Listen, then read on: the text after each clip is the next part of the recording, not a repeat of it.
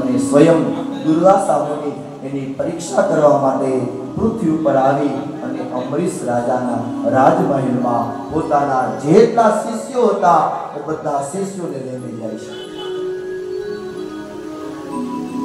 અને બરોબર એ જ સમયે મધ્યાહનનો સમય થવાની તૈયારી હતી અને અમરીશ રાજાના એ રાજમહેલમાં દુર્વાસા મુનિ પોતાના શિષ્યોને લઈને આવે છે અને બરોબર મધ્યાહનનો સમય થવાનો હતો.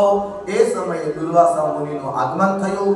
અમરીશ રાજાએ સ્વાગત કર્યું અને એમને વંદન કર્યા, એમની પૂજા કરી અને દુર્વાસા મુનિ પોતાના આસન ઉપરથી ઊભા થયા અને એટલું જ કહે છે, હે રાજા, અમે હમણાં સ્નાન કરી અમારું નિત્યક્રમ નિત્ય પૂજા મધ્યાહન સંધ્યા કરી અને પુનઃ પાછા આવી. પછી અમે તમારા રાજમહેલમાં અમે ભોજન ગ્રહણ કરશું, અમે પ્રસાદ ગ્રહણ કરશું. દુર્વાસા મુનિ આટલું કહી અને નીકળી ગયા. નદીમાં સ્નાન કરવા માટે ગયા છે. નદીમાં સ્નાન થયું. નદીમાં સ્નાન કરી પોતાના શિષ્યોની સાથે સંધ્યાવંદન કરી અને દુર્વાસા મુનિ પુનઃ રાજમહેલમાં આવે છે. અને રાજમહેલમાં આવે એની પહેલા અમરીશ રાજાએ મધ્યાહનનો સમય થયો છે. બરોબર જો 12 વાગી ગયા છે અને જો મધ્યાહનનો સમય પસાર થઈ જાય તો દ્વાદશીનો ભાગ એ પણ ધીમે ધીમે આગળ વધે અને જો એ કદાચ આચમન ન કરે, પાનું ન કરે તો એની એકાદશીનું ફળ એમને મળે નહીં.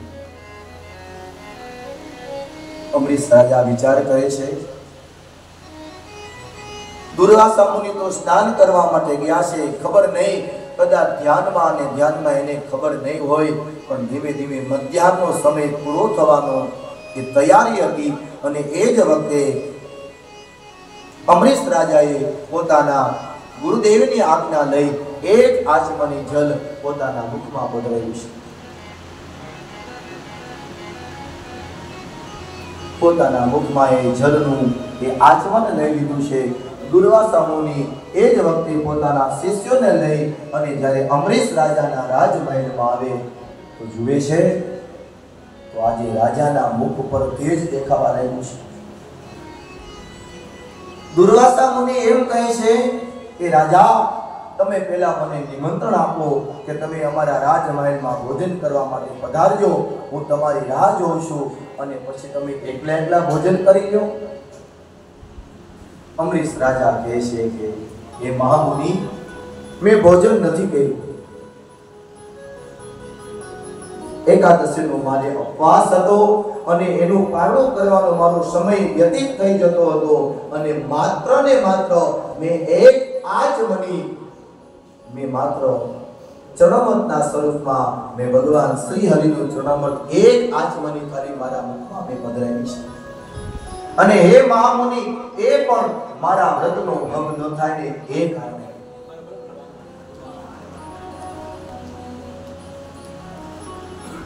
અમરીશ રાજાએ કહ્યું ને છતાં દુર્વાસા મુનિ માનતા નથી.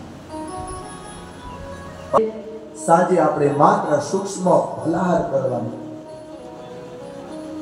અને બીજે દિવસે એકાદશી થતી હોય એકાદશીના દિવસે ઉપવાસ કરવાનો, પણ એ પણ સૂક્ષ્મ ફરાળ કરવાનો.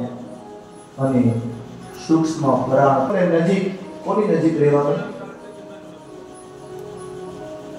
આજુબાજુના બહેનોની પાસે, તો પરિવારની વચ્ચે નહીં. ઉપવાસનો અર્થ એવો બતાવ્યો છે, ઉપ એટલે નજીક અને વાસ એટલે રહેવું. ભગવાનની નજીક રહીને તમારે એકાદશીનો દિવસ પસાર કરવો અને એ આખો દિવસ ભગવાનની નજીક રહીને પસાર થઈ ગયા પછી બીજે દિવસે મધ્યાહનનો સમય જમવા કરતા તો વધારે અમારે આ ફરાળ બનાવવો પડે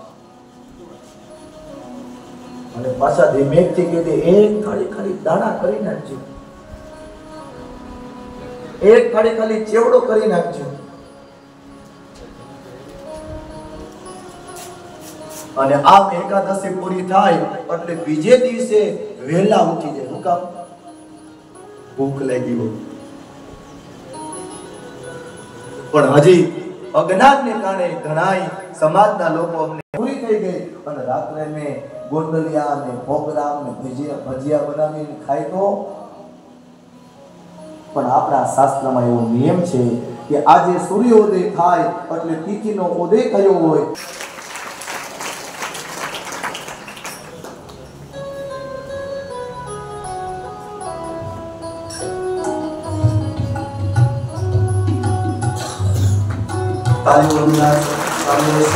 ત્યાર પછી સુરેશભાઈ ઉકાભાઈ ધારાવાડિયા ગામ મોટી મોણપરી હાલ સુરત એ પણ પૂજ્ય કન્યા બાપુના આશીર્વાદ લેવા માટે વધારે.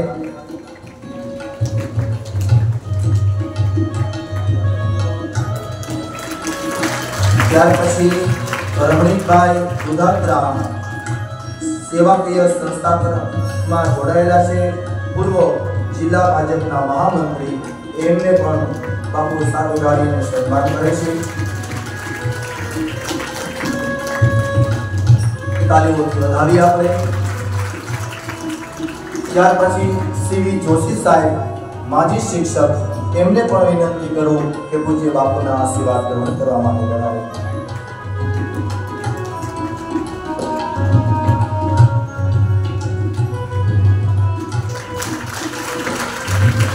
ત્યાર પછી બિપિનભાઈ ફુલાભાઈ રાદડિયા, એ પણ પૂજ્ય કન્યા બાપુના આશીર્વાદ ગ્રહણ કરવા માટે બોલાવશે. બિપિનભાઈ ફુલાભાઈ રાદડિયા.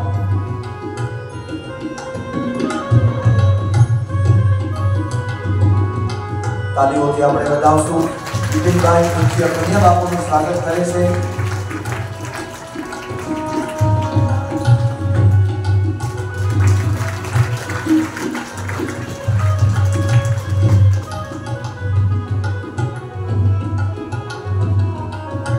ત્યાર પછી આજના સભાના ખર્ચ દેવાવાળા ફુલ્લાભાઈ હરિભાઈ રાદડિયા તથા પાલુભાઈ હરિભાઈ રાદડિયા, હસ્તક બિપિનભાઈ તથા બાબુભાઈ, એમને શ્રી કીર્તિભાઈ ખેસ ઓઢાડી અને એનું સન્માન કરશે. એ પણ આગળ વધારે. બાબુભાઈ હરિભાઈ રાદડિયા વધારે.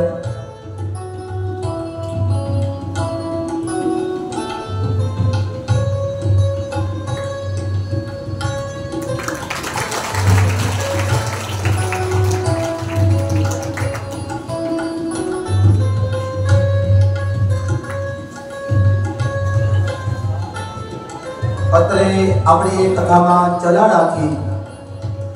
ચલાડાથી બીજો બાપુ પધાર્યા છે, એમને પણ વિનંતી કરું કે કન્યા બાપુ પાસે એમનું સન્માન થઈ રહ્યું છે, તો એ પણ ઝડપથી પધારે. આપણે બધા તાલીઓથી એમને વધાવશું.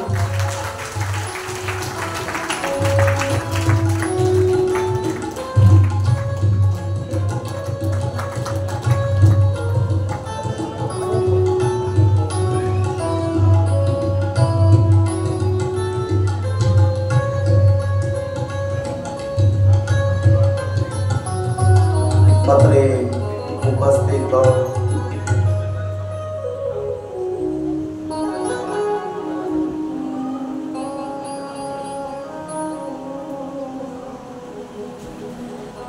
બિપિનભાઈને વિનંતી કરું કે એમનું જે સ્વપ્ન હતું કે રણછોડજી મહારાજનું એ બુક બાપુ દ્વારા વિમોચન થાય, બિપિનભાઈને વિનંતી કરું કે પૂજ્ય બાપુ પાસેથી એ બુક ગ્રહણ કરે.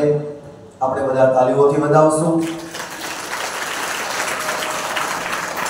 આ બુકની અંદર રણછોડજી મહારાજના ઘણા બધા પરચા છે, એમાંથી 2 પરચા લીધા છે અને બાકી ધોળ, કીર્તન, આરતી, ભજન વગેરે એમાં સમાવેશ કરવામાં આવ્યો છે. સારી વાત છે. બિપિનભાઈને વિચાર આવ્યો આ પુસ્તકનો. બીજી વાર એમને તાલીઓથી વધાવીએ.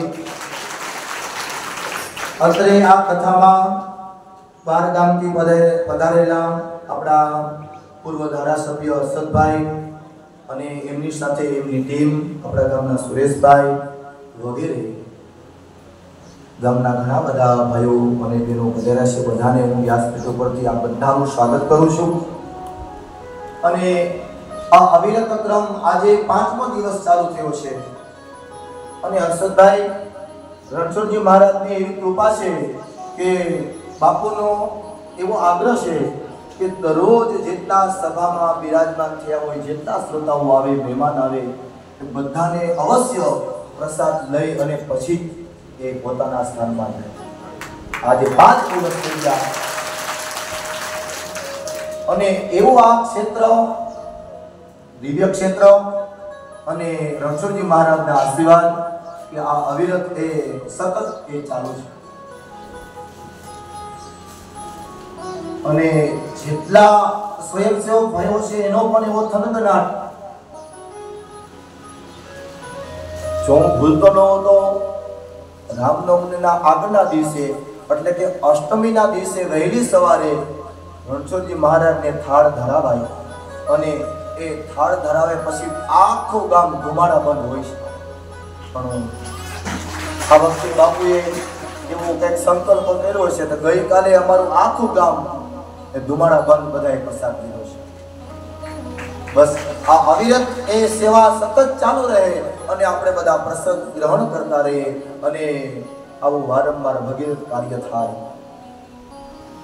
આ પટાંગણમાં હર્ષદભાઈ એક કાર્ય નહીં પણ આવા વારંવાર દર વર્ષે આવા ભગીરથ કાર્ય થાય છે.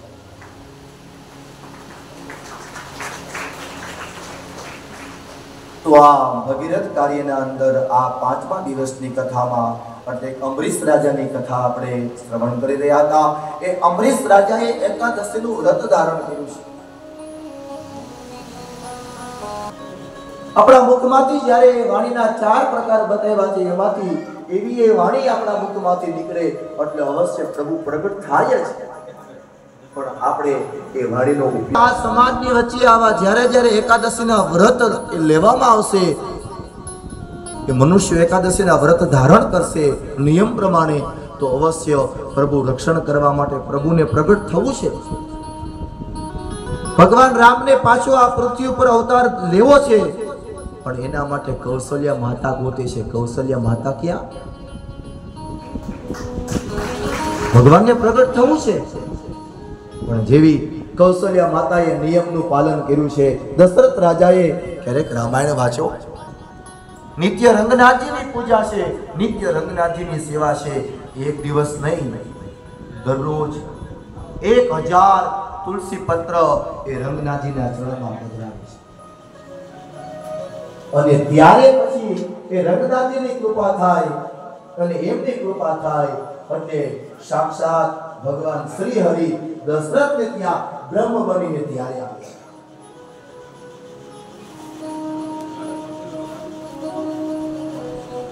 આપણે તો બસ સમાજની વચ્ચે રહીએ, નિંદા કરીએ અને આપણો દીકરો ધીમે ધીમે મોટો થાય એટલે પછી આપણે ફરિયાદ કરીએ કે દીકરો મારો કયામાં નથી, કોઈ દી નહીં માને. એના માટે આપણે આપણું જીવન સુધારવું પડશે. આપણે પ્રયત્ન કરવો પડશે. આપણે નિત્ય આપણા ઘરે સત્સંગ કરવો પડશે. એ તો ટીવી ચાલુ કરીએ એટલે એમાં આવવાનું જ છે સાસ ભી કભી બહુ આવવાનું છે. ટેકનોલોજીનો તમે એવી રીતે ઉપયોગ કરો, નિત્ય એમાં કથા આવે છે, લાઈવ કથા હોય, નિત્ય જોવો. અરે એ પણ કાંઈ ન થાય તો પણ કાંઈ નહીં, પણ ગીતાજીનો અથવા તો રામાયણની એક ચોપાઈ, ભાગવતજીનો એક શ્લોક એ તમે વાંચો. અહીં આપણી કથામાં સુરેશભાઈના ભાઈ જનકભાઈ ઉકાભાઈ ઝાલાવાડિયા લંડનથી આપણી વચ્ચે પધાર્યા છે. એમને કીર્તિભાઈને હું વિનંતી કરું કે એમનું સ્વાગત કરે. આપણે બધા તાલીઓથી એમને વધાવશું. જનકભાઈ ઓકાભાઈ ઝાલાવાડિયા લંડનથી પધાર્યા છે રણછોડજી મહારાજના મંદિરે દર્શન કરવા માટે. કથામાં એમનું સ્વાગત કરીએ. તાલીઓથી આપણે વધાવશું.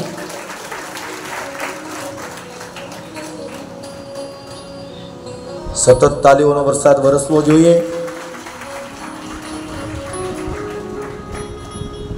ગઈકાલે જીગરભાઈએ કહ્યું એ પ્રમાણે આપણા ગામમાંથી લગભગ ઘણા બધા વિદેશમાં છે. અને જ્યારે જ્યારે કોઈ પણ સેવાકીય સંસ્થામાં કોઈ મંદિરમાં જ્યારે જ્યારે જરૂર પડી છે ત્યારે ત્યારે એમના એક હાથ નહીં પણ એક અને બે હાથથી એ લોકો દાન આપે છે. એ બધાને તાળીઓથી બનાવો. હસ્તસ્ય ભૂષણમ દાનો